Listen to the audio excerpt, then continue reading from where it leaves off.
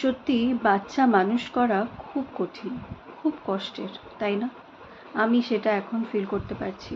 9টা মাস যখন ওকে আমি আমার পেটে ধারণ করেছি তখন মনে হয় যে জন্মে গেলে মনে হয় একটু কষ্টটা কম হবে, কষ্টটা কম হবে, কিন্তু এখন জন্মানোর পর মনে হচ্ছে যে কবে ওর বয়স 1 বছর হবে আর 1 বছর পর আমি একটু রিলিফ পাবো যে না, ও একটু বুঝতে শিখেছে বা ওর কষ্ট হলে ও আমাকে বলতে পারবে। মানে এখন যখন ও কান্নাকাটি করছে আমার খালি এটাই মনে হচ্ছে যে ওর কি কোথাও কষ্ট হচ্ছে, ওর কি পেটে ব্যথা হচ্ছে, ও তো বলতে পারছে না, ওর কি শ্বাস নিতে কষ্ট হচ্ছে, নাকের মধ্যে একটু ঘড়ঘড় ঘড়ঘড় করলে আমার মনে হচ্ছে যে ও শ্বাস নিতে পারছে, তো ওকে ডাক্তারের কাছে নিয়ে যেতে হবে, ওষুধ খাওয়াতে হবে। মানে এই সমস্ত জিনিস নিয়ে আমি প্রচণ্ড ভাবছি, প্রচণ্ড প্যানিক করছি।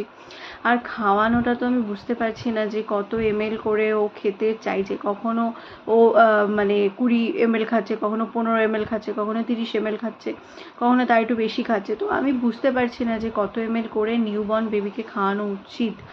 আমার বেবি এখন 10 দিন মতন হয়েছে, সবে 10 দিন হচ্ছে আমার বেবির বয়স।